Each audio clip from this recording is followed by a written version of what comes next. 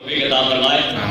حضرت موسیٰ نبی علیہ الصلوۃ والسلام نے اپنے قوم کے کچھ لوگوں کو دیکھا کہ ان کے اوپر صبر کا لباس اور شکر کا عمامہ اور خوف الہی خشیت الہی کی نالین پہنے ہوئے بیت المقدس میں عبادت میں اللہ کی عبادت کر رہے ہیں۔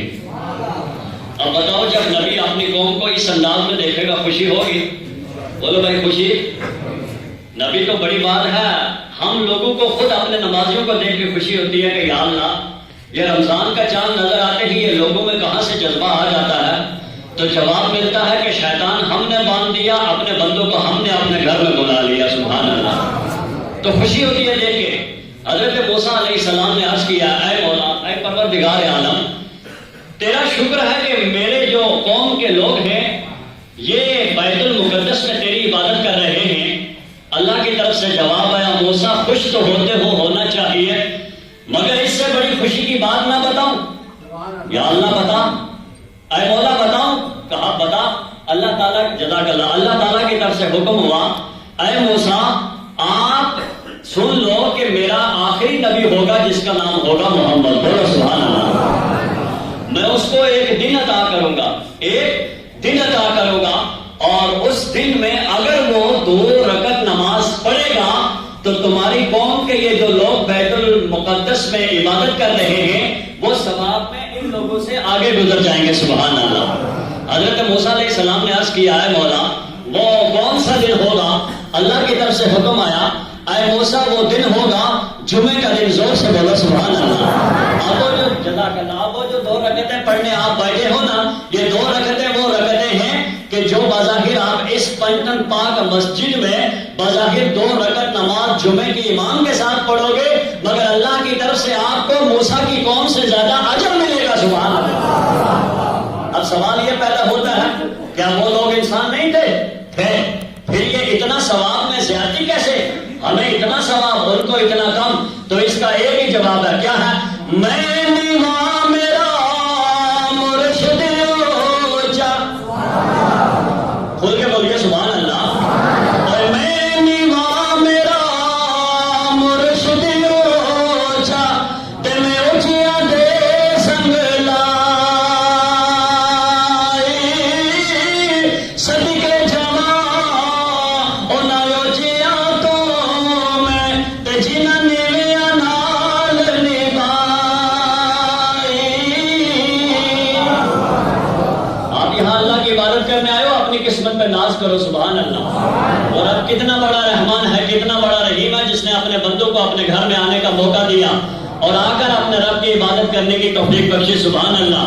اب یہ جمعہ جو ہے، جمعے کے دن حدیث پاک سنیے، اللہ کے نبی فرماتے ہیں جمعے کے دن اللہ تعالیٰ آسمان کے فرشتوں کو حکم دیتا ہے، سارے فرشتے 4تھے آسمان پہ بیت المعمور کے پاس جمع ہو جائیں۔ سارے فرشتے وہاں جمع ہو جاتے ہیں۔ اب جب فرشتے جمع ہوئے، بولو سبحان اللہ۔ اب جب فرشتے وہاں جمع ہوئے، جمع ہونے کے بعد اللہ کے دربار میں عرض کرتے ہیں، اے مولا تو نے کہا جمع ہونے کا، ہم جمع ہو گئے ہیں، اب ہم نے کیا کرنا ہے؟ اللہ کی طرف سے حکم ہوتا ہے، اے فرشتوں، میرے بندے زمین کے اوپر جمعے کی نماز ادا کرتے ہیں، تم 4تھے آسمان پہ بیت المعمور کے پاس جمعے کی نماز ادا کرو۔ اے مولا ٹھیک ہے، نماز پڑھیں گے، مگر فرشتوں میں اذان کون پڑھے گا؟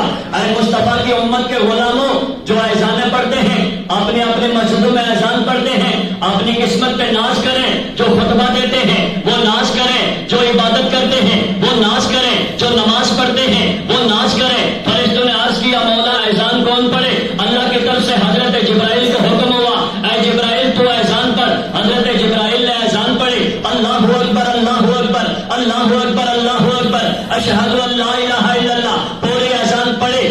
اور پڑھنے کے بعد اللہ کی طرف سے حکم ہوا، اے میکائیل تو خطبہ جمعہ دے۔ حضرت میکائیل علیہ السلام بیت المعمور میں منبر پر خطبہ جمعہ دیتے ہیں۔ اب ان کے بعد حضرت اسرافیل کو حکم ہوتا ہے، اے اسرافیل تو امامت کرا، نماز پڑھا۔ نماز پڑھنے کے بعد اب وہ فرشتے اللہ کے دربار میں عرض کرتے ہیں، حضرت جبرائیل کہتے ہیں، اے مولا جو تو نے مجھے میرے اذان پڑھنے پر مجھے ثواب دے گا، اے اللہ اس ثواب کو تو مصطفیٰ کی امت کے جو مؤذن ہیں انہیں عطا کر دے۔ حضرت میکائیل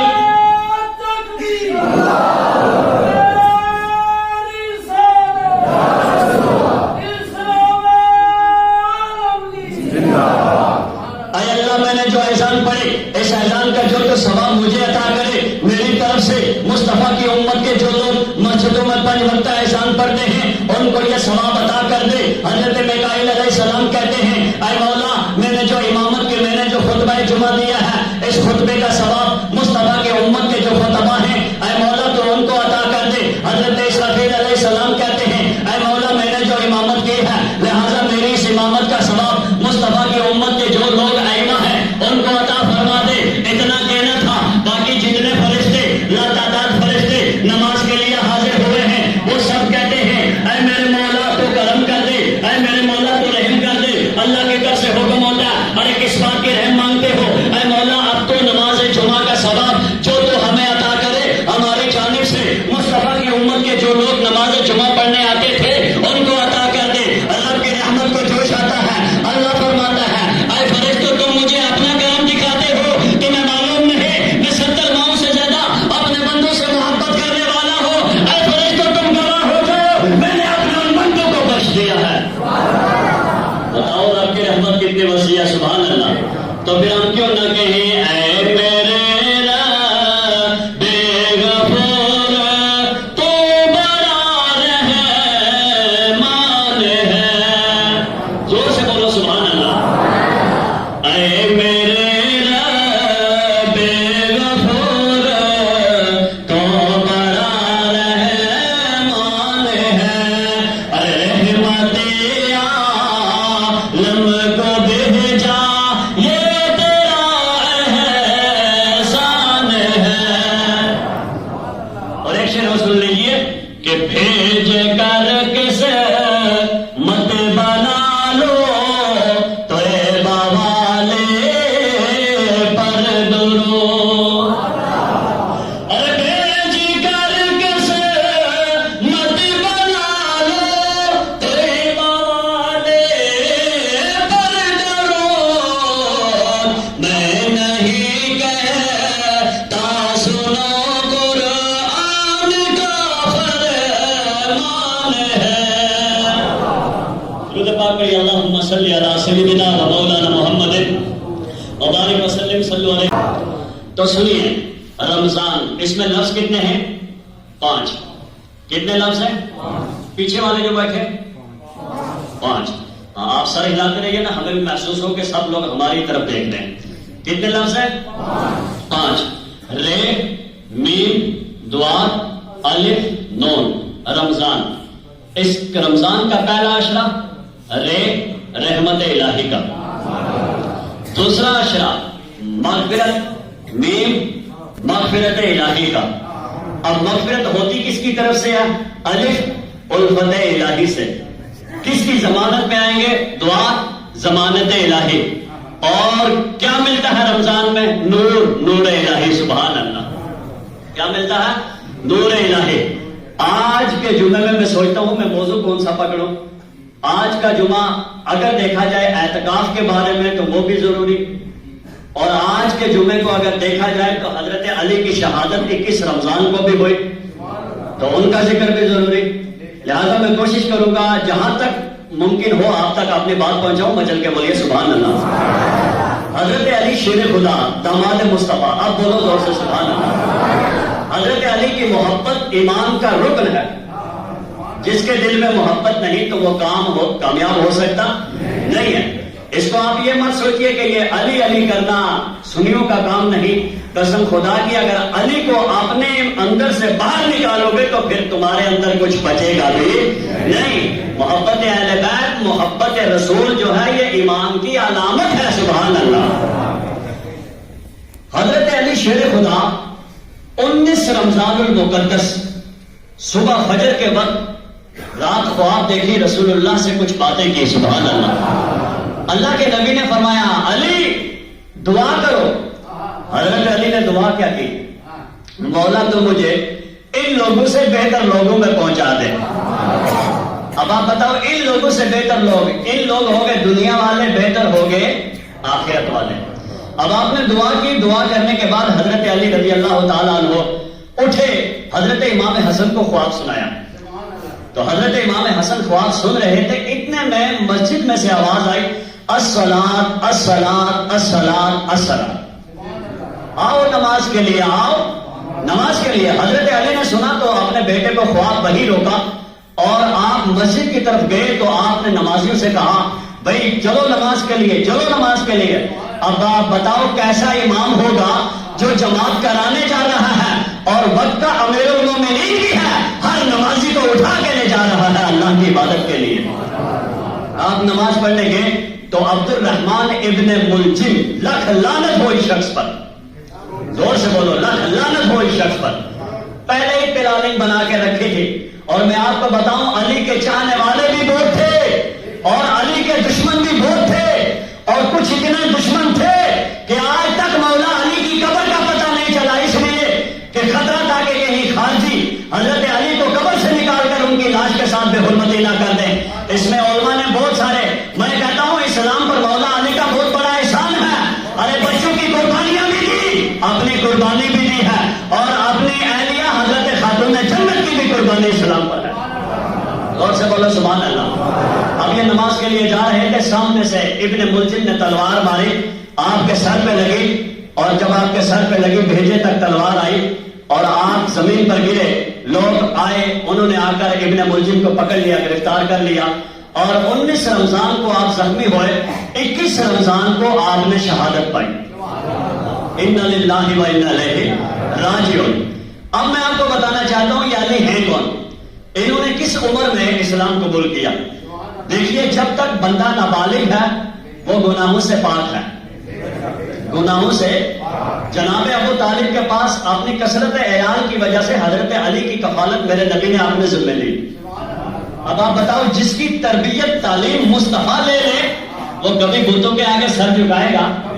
یار بولتے نہیں ہو، بڑا افسوس ہوتا ہے مجھے۔ ابھی کبھی سر جھکائے گا؟ نہیں جھکائے گا۔ اور یہ کوئی عام محلے کا علی نہیں ہے، یہ علی شیر خدا ہے، علی شیر خدا ہے، داماد مصطفیٰ ہے۔